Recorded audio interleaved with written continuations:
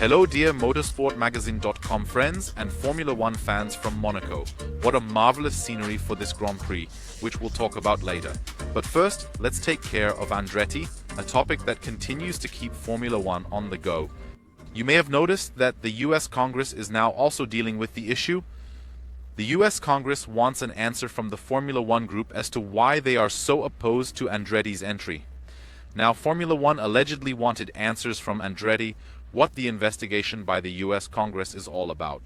According to the news site NBC, a meeting took place on the sidelines of the Miami Grand Prix.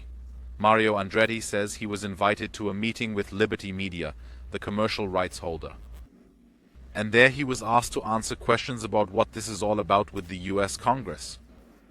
There is reported to have been a real scandal at this meeting. Greg Maffei, the CEO of Liberty Media, this means the boss of Stefano Domenicali, was also present. And while Stefano Domenicali was talking to Mario Andretti, Greg Maffei apparently simply interrupted the conversation and is reported to have said to Mario Andretti, and I quote him verbatim, "Mario, I want to tell you that I will do everything possible to ensure that Michael never enters Formula One." That hit home. That was Mario Andretti's statement in that NBC report. So of course it's questionable whether all this really happened in that way. Formula One itself doesn't say anything about it, but an anonymous source from Formula One can be quoted, and it says that, yeah, it was a breakfast at which Mario Andretti allegedly approached Greg Maffei and not somehow a scheduled meeting, and that's not how it was said anyway. Instead, Greg Maffei would have simply explained to Mario Andretti the reasons why Formula One had rejected Andretti. So, to explain the statement very briefly, Michael is of course the son of Mario Andretti, who is supposed to manage the Formula One entry, together with Cadillac, and yeah, now of course it goes to a personal level if that really happened that way. The whole thing is particularly explosive because Andretti made a personnel change just a few days ago, or an innovation that is quite something.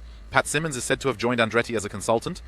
This is particularly explosive because Pat Symonds worked for Formula One until recently, so the change from commercial rights holder over to Andretti, that could certainly be exciting. Incidentally, newcomers are welcomed with open arms at Motorsport-Magazin, unlike at Liberty Media. If you want to join our team, for example as a video editor at our site in Graz, then apply. All the information is available at jobs.motorsportmagazine.com, and maybe you'll be editing the next video here. But now we're really talking about Monaco. You have to do it in this wonderful setting. It's a special race. Yes, but what does it look like in sporting terms? In sporting terms, of course, it's also a very special thing. The track characteristics are like nowhere else on this planet. It's by far the slowest track on the Formula One race calendar, which is why the balance of power could shift somewhat here. Red Bull, as I said last weekend, is not necessarily known for stacking very deep. In my opinion, Red Bull always assesses situations relatively realistically. And at Red Bull they say, we could have problems here because our car is not really made for these track layouts. Yes, we expect a strong car, but the superiority that we haven't seen in the last few race weekends anymore is neither really expected here.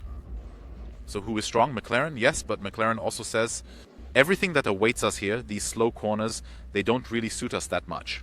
People used to talk about extreme weaknesses at McLaren in the slow corners.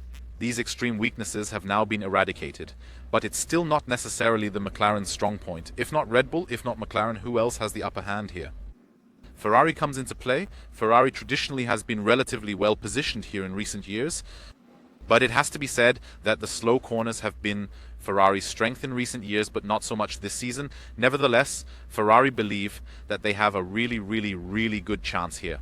Among other things, they have introduced a new gearbox this year, which has improved the chassis characteristics and changed the aerodynamic map. In other words, you have a better chassis, which means a better ride and a more good-natured car. A good-natured car is what is needed here in Monaco to give the drivers this confidence. And all of this together gives Ferrari a lot of self-confidence here. Incidentally, we have to say the same about Haas. We may not be talking about victory or pole position right now, but Haas are still very confident that they can perhaps pull off a good surprise here. And Mercedes has actually somehow completely dropped out of the top teams. Ferrari, McLaren and Red Bull, these are the top teams. Mercedes is lagging behind a bit, but they also reckon they have a good chance here. They said that qualifying wasn't too bad last year, even with last year's car, but this year's car has made a significant leap forward, even if it didn't look like it in terms of results in the last few races. Despite that, Mercedes believe that they can do something here. That's enough for the balance of power prediction, but as you can see, the sun is just coming out now. It rained quite heavily earlier. That wasn't actually the forecast, but it really did rain. Then the forecast for the weekend was actually still sunny. But since the forecast for today was originally sunny as well, we don't really dare say that anymore. Anything can really happen here this weekend. Last year, Fernando Alonso almost created a sensation in the Aston Martin. Fewer people are expecting that to happen this weekend, because Aston Martin has also fallen back quite a bit this season. Yes, even at the end of last season. But now this season, they're not really getting into their stride either. They brought in a major update last weekend in Imola. But this update wasn't really a success. The new parts fell short of expectations. Fernando Alonso was frustrated after crashing his car into the wall. Lance Stroll also struggled with the car. Now the question is why? Lance Stroll and Fernando Alonso said in unison today that this update hasn't really solved the fundamental problem with the balance. Balance at corner entry, when turning in, oversteer is obviously very unpleasant for the drivers. You don't really have confidence there. At the apex of a corner, you tend to understeer. That makes the whole thing slow. You have problems over the curbs, so the chassis isn't really up to scratch. That's why, no matter what you bring to the car, every update that brings more performance can't really be exploited because the balance just isn't right. We now know what the problem is and want to eradicate it in the long term, but in the short term, you can only tackle it with the setup. However, these are not good conditions for Monaco because everything I said earlier about Ferrari and Haas, the car now gives the driver confidence, more consistency and so on. We can't say that about the Aston Martin, that's why I'm curious. But only very few people here have Aston Martin on their minds. However, we all have this special Monaco weekend on our minds. Yes, the Formula 1 race calendar has grown to an astronomically large number of 24 races this year. An absolute record. We also have a lot of street circuits now. It's no longer unique. We have Las Vegas. For some, it's a season highlight. But this weekend, as all the drivers have told us, is simply special. No matter what comes next, Monaco is and remains special, and the best of all there is. Kimi Räikkönen once said, "I hate it here." We didn't hear that at all today. So the Monaco love is definitely still intact, no matter what else comes along. Yes, it's usually a boring race, but qualifying is really very special. The drivers are certainly thinking about whether something could be changed. Perhaps change the course of the track a bit. There's even land reclamation at the back of the harbor. Maybe there's an opportunity for a different track layout here in the Principality of Monaco. Lewis Hamilton has brought other formats into play. Perhaps a sprint. I don't think that's such a good idea. Maybe extra soft tires so that you have to pit more often because the tires degrade completely could be one thing. Daniel Ricciardo, he was quite radical and he said maybe we should just do 3 days of 8-hour times. That would actually be the most spectacular thing. So I don't think we need such dramatic changes. Monaco simply has something special. Sunday always depends on what happens.